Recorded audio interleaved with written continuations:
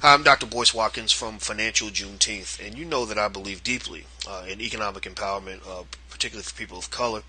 And there was this exciting new film that someone told me about called 7 a.m., created by Mr. Jason Black.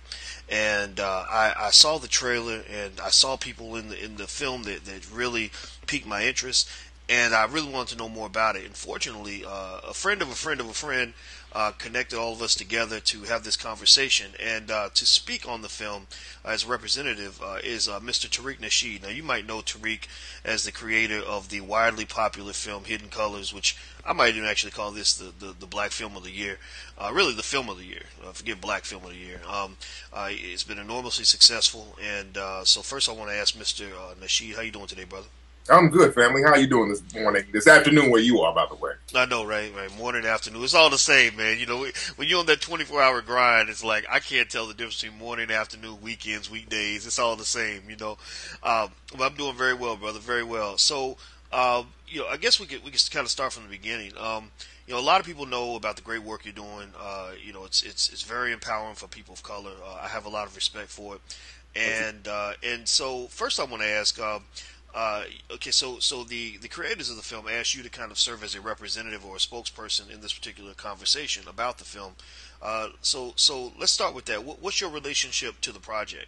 First Yeah, and well, foremost. I'm on. I got on with this project as a producer. I'm one of the co-producers of the film, and I find projects like this, and I try to back them because I think things like this are very important. We don't have enough films like this, and I'm always talking about group economics, group support. So I have to put my money where my mouth is. I have to walk the walk if I'm going to talk the talk. So I go out of my way to promote and produce projects like this, and I think it's that important. A film like this it's in the same vein as Hidden Colors, but it takes it a step further because this one, 7 a.m., is about group economics. It's about finance. It's about creating an economic base.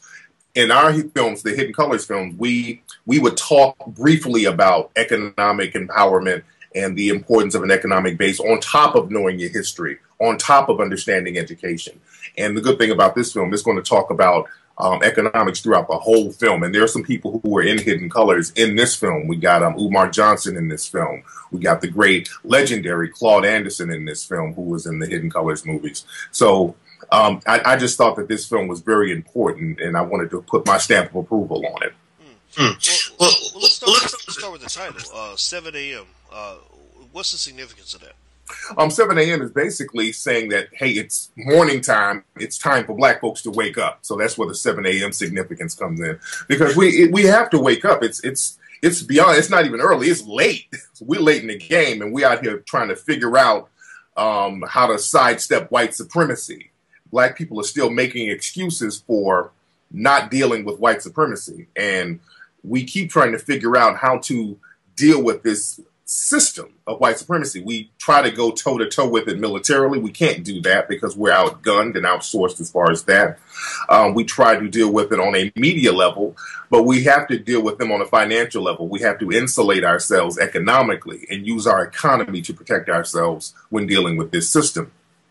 Well, it's interesting you say that because, somebody had brought something up to me that we looked into, as part of Financial Juneteenth, which was they said, everybody puts so much emphasis on voting as a sort of key to equality and civil rights and all that. And I'm not here to debate, the importance of voting one way or the other, but it was interesting because the person also said, well, Asian Americans actually have among the lowest voter participation rates of any ethnic group, but because they know how to keep their money in their community, they're actually doing better economically than every other ethnic group. Can you kind of speak to that concept and how this is kind of related in the film? Yeah, see, the thing is with voting, and Brother Claude Anderson has talked about this a lot, voting means nothing if you don't have an economy to back it up.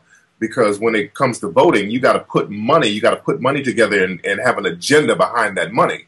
Just like in Hollywood, we saw those emails that they were talking about President Barack Obama the other day. They were talking greasy about Obama. They were going to have a fundraiser, some type of fundraiser for him. See, it ain't about them liking anybody. It's not about them voting for anybody. It's about them putting the money behind somebody to get their agendas met. And other groups think like this. The gay community, they put together a lot of money for President Barack Obama, and this is why he would talk about a lot of gay issues.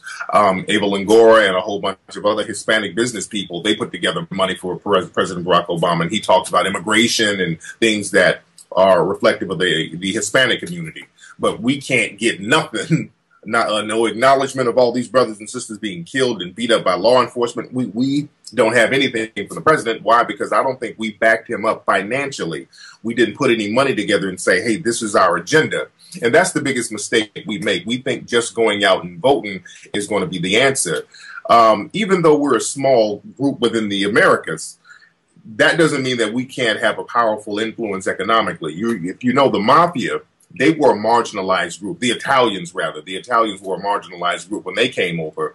They created an underground economy called organized crime, and they understood the importance of buying off politicians. This is why they were protected to a certain degree, to the point where J. Edgar Hoover wouldn't even acknowledge the existence of the mafia. They had all these people bought off. So if you look at history, he never even acknowledged they existed, let alone go after them.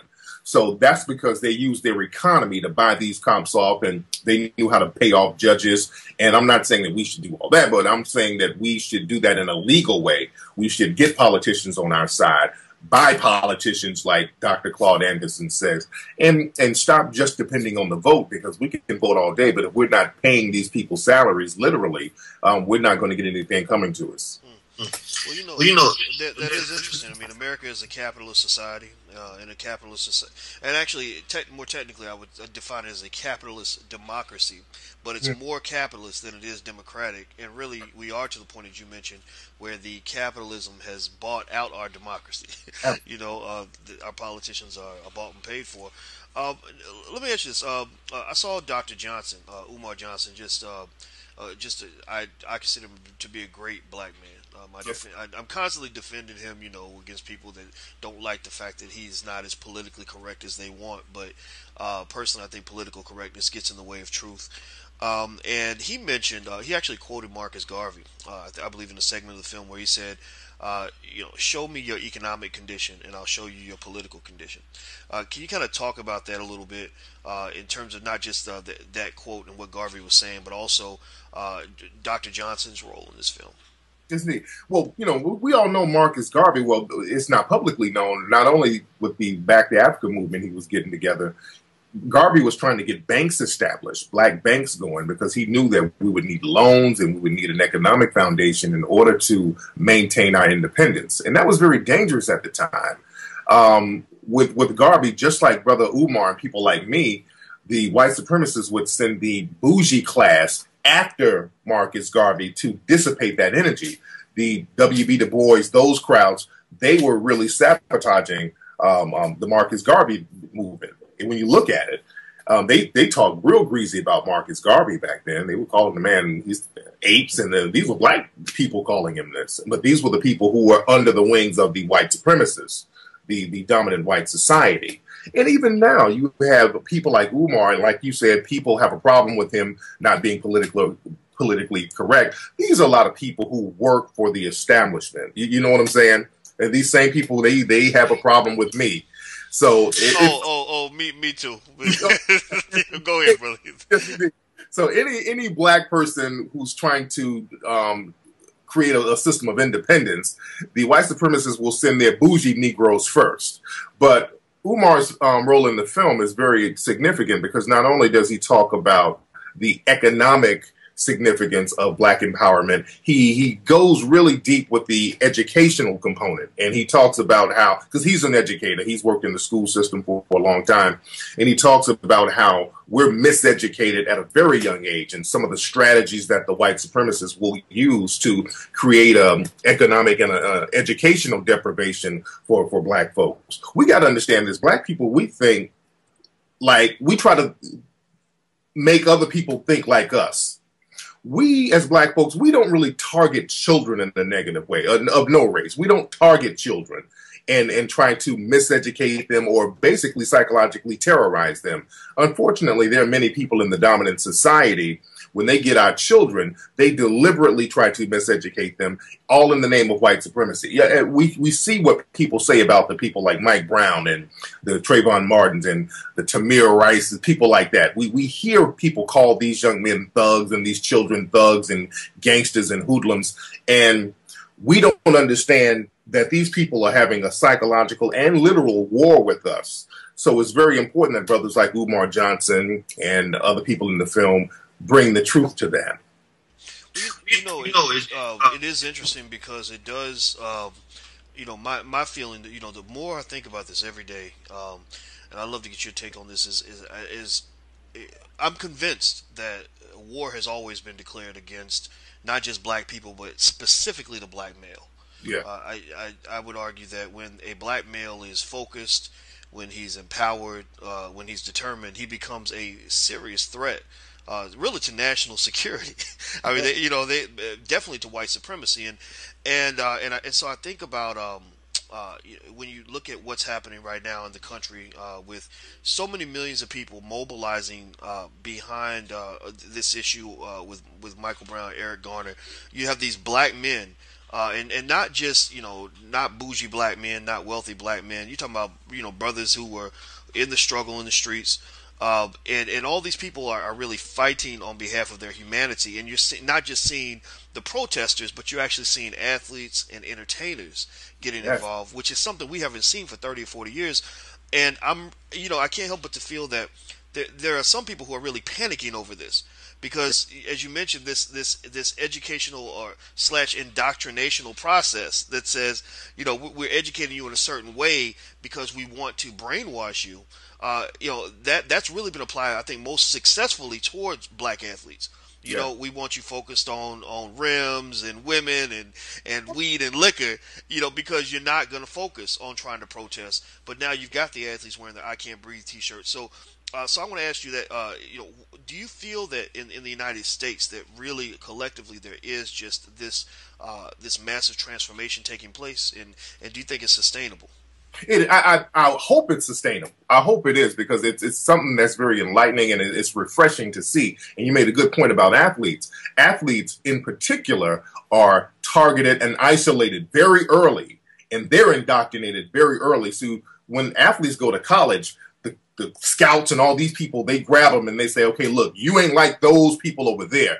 You're special. We're going to give you all types of goodies and cars and women and all this stuff, just so you'll know that you're not like those people over there. So they isolate them very early. And then when they get contracts for the NBA or the NFL, they're isolated even more. They're told, okay, look, you need to be with us if you want to have your money grow. Stay out of those clubs. Stay out of the hood. Stay out of the places over there with them. Don't be political like them. Don't do the hands up, don't shoot sign. Don't do that. You're bigger than that. You're going to mess your brand up.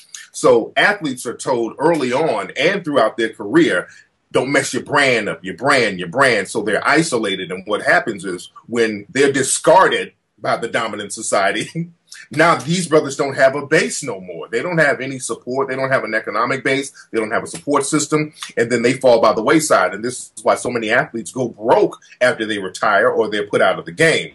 So it's very smart that these brothers start to wake up and create that support system and maintain that support system in the black community, because some people are starting to wake up that no matter how much they say they like you in the dominant society, they can kick you to the curb at any given moment. And Bill Cosby learned that the hard way.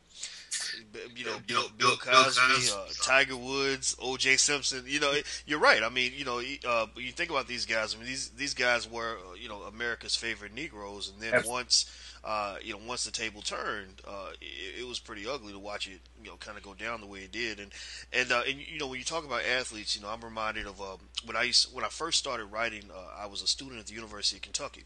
And I remember at that time we had a basketball team that went to the Final Four a couple times. Literally, I think we went to the championship game, I think 2 or 3 years in a row or something crazy like that. I mean, the basketball program it's really like a professional sports program down there.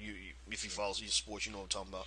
And I remember a couple things from talking to athletes. Was number one, I remember an athlete telling me specifically that the coaches did not want them reading my articles. They didn't want these ideas in their head, these ideas of athletes deserving to be paid, or these issues that were going on in the black community, and you have to really be skeptical of anybody that doesn't want you to have access to information so you can engage in free thought and make your own decision. And the second thing I remember was that at the time we had a massive student protest because there was a black woman who was physically attacked and whatnot, and we went to the athletes for help because we said, look, if one of you guys just says one word about this, it'll really help us in our cause. And so many of them were just afraid to be involved at all. One guy, I think Nazi Muhammad, who's in the NBA now, he was the only one that did a little bit, and I respected that. But the rest of them were just so afraid of the penalty that would come from their overseer if they did engage in any of this, that they just backed away. And so when you see guys like Charles Barkley, saying the things that he's been saying in public, it's one thing if he remains silent. I think people will forgive him for not saying anything, but the fact that he went out of his way to to disrupt the energy that people already had was a problem. And then when you contrast that with his background, this dude was a thug. This guy was in so many situations where he could have easily been another Eric Garner. You are another 6'4", 300-pound black man yourself who said, "I will kick a cop's ass," and you're lucky that cop didn't beat you and kill you on that day. The only reason he didn't do that was because, as you mentioned, he was insulated. He was playing for the Rockets, so they weren't going to kill one of their players. So I think that's it's an interesting dynamic you describe, and I didn't mean to go on that tangent. But that's real talk.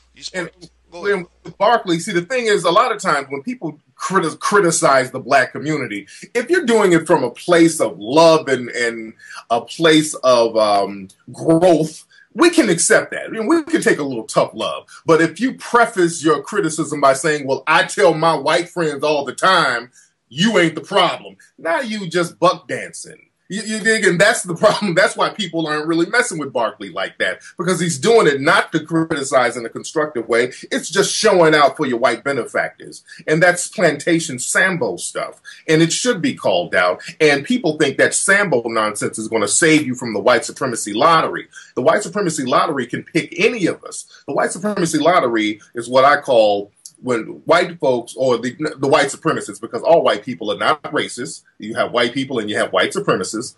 The white supremacists can pick out any black person, anytime, anywhere, and distribute vehement, blatant displays of white supremacy against that person. They can lock them up. They can do what they did to Bill Cosby. They can start sabotaging your career. They can kill you. They can do anything to you simply because they're the white supremacists. And no black people are immune to that. So black people think if I just buck dance and just co-sign white supremacy, I'll get a pass and they won't pick me. Bill Cosby thought that because Bill Cosby, for the last 10 years, was going on this black people are the problem rant. Black people need to pull up their pants rant. And the dominant society, they gave him enough rope to hang himself. They gave him all the airtime he needed. They were co-signing him left and right. And what they were doing is creating a situation where he left his black base. A lot of black people started abandoning Bill Cosby in the last 10 years because we said, okay, damn, if you're going to keep dumping on us like that, well, all right, what do you, Bill? And when they saw that his black base was gone, that's when they attacked him. This whole thing with these rape allegations and they're blaming it on this Hannibal Buress guy, this has nothing to do with Hannibal. They were planning on doing this to Bill Cosby all along because Bill Cosby is sitting on, like $500 million?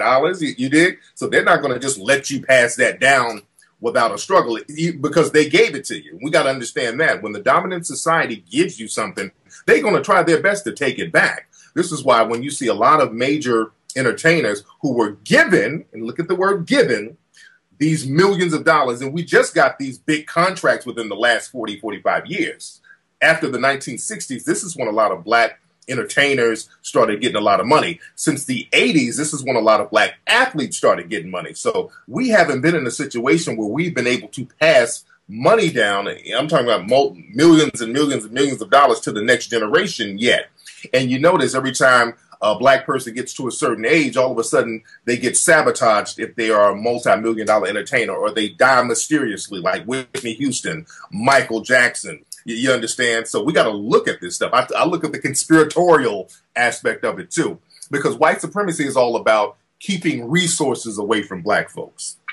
That's what we have to understand. It's about keeping resources away from us. They come up with different ways to keep us economically disenfranchised. And this is why we go back to the movie. It's important for us to create our own economic base, something that the white supremacists can't so easily sabotage or destroy.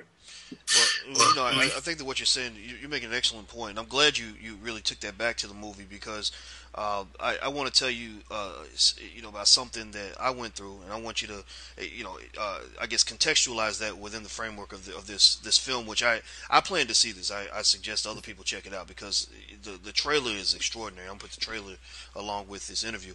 I can say this. Like a lot of black men, I went through my own struggle of dealing with my own indoctrination, where I had all the education, but I was being trained to think in a certain way. And fortunately, I became cognizant of that in my 20s. But I was very frustrated. I spent a lot of years going through the physical and mental anguish that so many black men go through when you're trying to figure out how to navigate this system, where you're expected to bow your head and pretty much emasculate yourself in order to make somebody else feel comfortable. That didn't work for me. I couldn't do it. So I was getting fired for no reason. You know what I mean? You know what I'm talking about. Here's what I found that really changed my life. I found that when I worked for white folks, racism really bothered me. I would talk about all the time about what these people were doing, and they won't let me do that, and they won't let me do this. When I learned how to make my own money, I literally became far less concerned with what white people were doing. Racism didn't really bother me that much. I mean, I'll write about racism, white supremacy. That's what I do every day.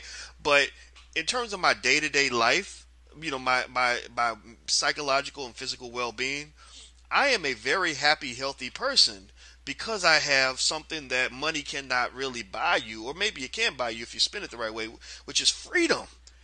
That freedom, I think people underestimate that. Can you talk about that in the context of the film? Yes, indeed, brother. When I was over in Holland, I was in Holland doing a couple of lectures last week, and I was talking about how important it is to create an economic base here because they're going through the same stuff we're going through. They go through police brutality. And there's a lot of black people over there, too, by the way. And I was telling them about how important it is to create an economic base, and this is how you kind of combat white supremacy. And a lot of brothers and sisters were trying to say, okay, well, how do we explain to white people that this is wrong, and how do we let them know that it's hurting us, and how do we come to them? And I'm like, it ain't about going to them. I'm not here to change any white person's mind at all. That's not the answer. We can't change people's minds. And that's the thing with black people over here, too. We want to go and make this plea and make our debate and let people know how good we are and we're not all bad. Damn that. I'm all about getting our economics together, so I don't give a damn what they think about me, you, or anybody. We're not going to be affected by them because we have our own economy. We're not dependent on them, and we're not going to have to worry about them waking up one day having an attitude about black folks, and then we be affected by that. That's over. We got to stop doing that. This is why the movie 7 a.m. talks about creating an economic base. Because sitting up begging people to have some type of humanity that they may or may not have, that's not living. That's you on a plantation waiting on massa to have a good day. And we don't. That's over with right now. Wow. Well, I agree with that 100%, and I'm not going to say a word about it because I definitely want people to hear your thoughts on it. But I mean, everything you just said, to me, I think it does reflect the fact that this is not so much just an intellectual exercise to gain your liberation. It has to be a spiritual one as well, and it does tie back to the economic liberation, because if you're not able to understand what's going on and attain that spiritual freedom, then your education and your economic situation will not work to your benefit, right? You look at, for example, a guy like a Jay-Z who has more money than I know he's got more money than me. I don't know if he's got more money than you, but because Hidden Colors did pretty well, but but Jay-Z's got all that money, but it almost seems that for some people, more money just makes you a bigger slave. It enslaves you even more than you were when you were poor. Sometimes in poverty you can have more freedom than you can in wealth. Now I want to ask you about yourself. This is my last question because I know you're a busy man, and I'm gonna let you go after this. But where did you come from? And when I ask that, I mean not just your upbringing in terms of how you were raised and where you were raised, but just where did you learn the things that you learned that made you into the person that you are right now? Man, really, I came up out here on the streets of LA, lived in South Central Compton, lived all over here. So I learned a lot of stuff. I was hanging out with the street dudes and all that. And then I got known for writing relationship books. I would write these dating books that were very tongue in cheek, that were real controversial. My first book was called The Art of Macking. And that book came out in like 2000. It was a huge bestseller, big book. And it came out at a time where all the books were about men are from Mars, women are from Venus, all these sensitive books. So I come out of nowhere with a book called The Art of Macking, How to Be a Player, and the people freaked out over this book. But after they read the book, they saw the metaphor. It's just really about having a tight mouthpiece and just being a man and just having good conversation. And the book sold like 500,000 copies. And then I wrote 5 more books that were bestsellers. So I still am a relationship guy. So I had a great career doing that. But one thing I always noticed that people would always bring the racial comments to me like, hey, how does this game work? Does it work for white guys? How do I talk to Mexican women? People would bring up all these crazy racial questions about the book. And I noticed that any type of people activity, race would always pop up somewhere. When you talk about education, race would pop up. When you talk about labor, race would pop up. How come black people are not being employed? How come black people are being discriminated against in the workplace? When you talk about war, the race question would come up. So all roads would always lead to race. And I would travel a lot just as a hobby. I just like to travel around, and I would see all of this stuff, this information about black folks that was not